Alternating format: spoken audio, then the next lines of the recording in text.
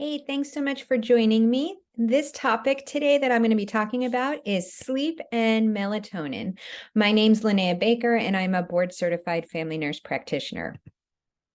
So first, we hear a lot about melatonin. A lot of you are familiar with it, have probably seen it on shelves in the grocery stores and pharmacies. But what is melatonin really? And I want you guys to realize that melatonin is a naturally occurring hormone and it's produced by your body. So you need to realize that it's an actual hormone, okay? And melatonin has a big part and plays a big role in our sleep and our quality of sleep. And most of you know that just from hearing about it and seeing melatonin around already. Where do we produce melatonin? It's in the brain in what's called the pineal gland. It's also, though, released in other parts of the body. So we release melatonin in our GI tract, okay? So our digestive system that goes from our mouth all the way down, we release that when we eat food. We also spike our melatonin levels, a big spike actually, when we eat foods that contain tryptophan.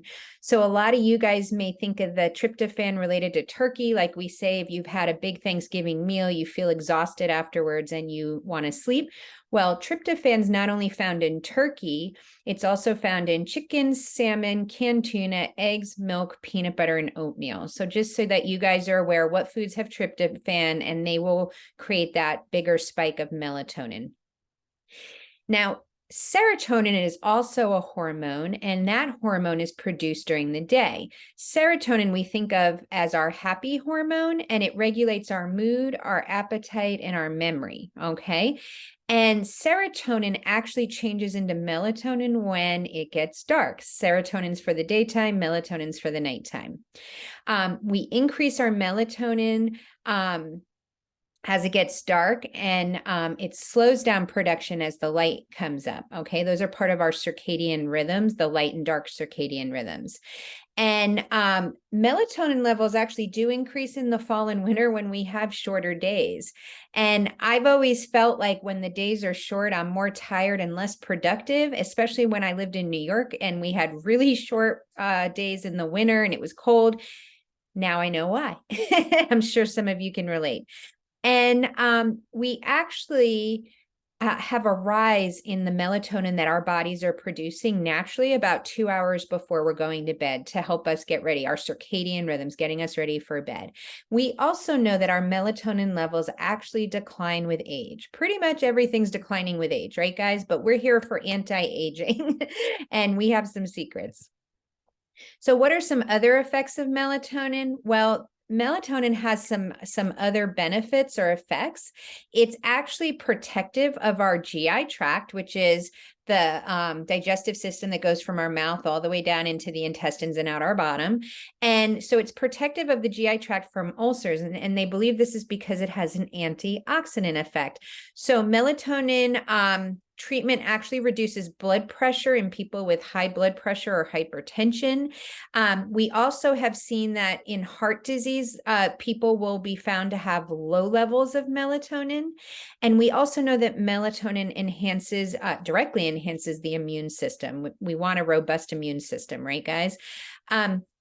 Melatonin's also been known to have oncostatic effects, which means halting the spread of cancer. And anything that's going to halt the spread of cancer, we're all about, right? And it seems to be due to melatonin's antioxidant effects again.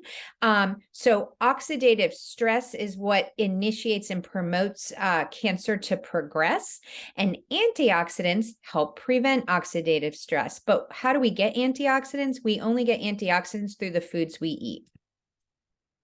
So what do we use melatonin supplements for? The melatonin supplements are used to treat adult insomnia and jet lag. And I'm sure at some point in your life, you've seen someone that you know do this, or maybe you've personally done this. So melatonin, what's the dosing? And it's important to let you guys know, again, If you're on any medications or you have a chronic medical condition, you need to check with your personal healthcare provider who knows you best before starting any medications. And this includes over-the-counter medications because they can actually interact with your prescribed medication. So if you're wanting to start melatonin or you feel like you may benefit from it, just check with your personal healthcare provider to make sure that it's okay and it's not going to interact with your medication. When we do melatonin dosing, it's important to remember less is more. The recommended dosing ranges from 0.5 milligram or 0.5 milligrams to 3 milligrams. However, you will see over-the-counter dosing of melatonin that goes all the way up to 10 milligrams.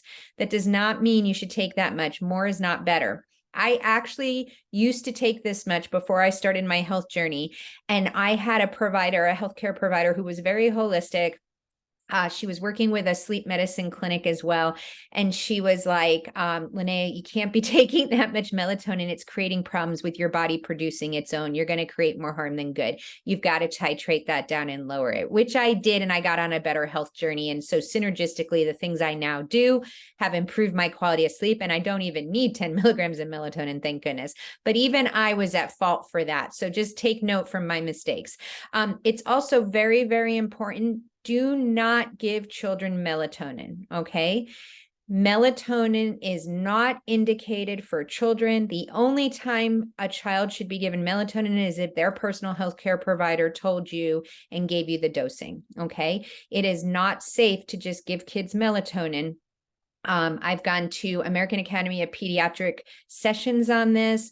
I've worked in pediatrics for a while, so please do not give your child any melatonin unless directed to do so by their personal healthcare provider. And you can always reach out to them and ask if you feel that this might be something you're needing, because typically in kids, there's something else going on if they're having issues with their sleep. Okay, so please make sure we do not give melatonin to kids unless prescribed by their healthcare provider.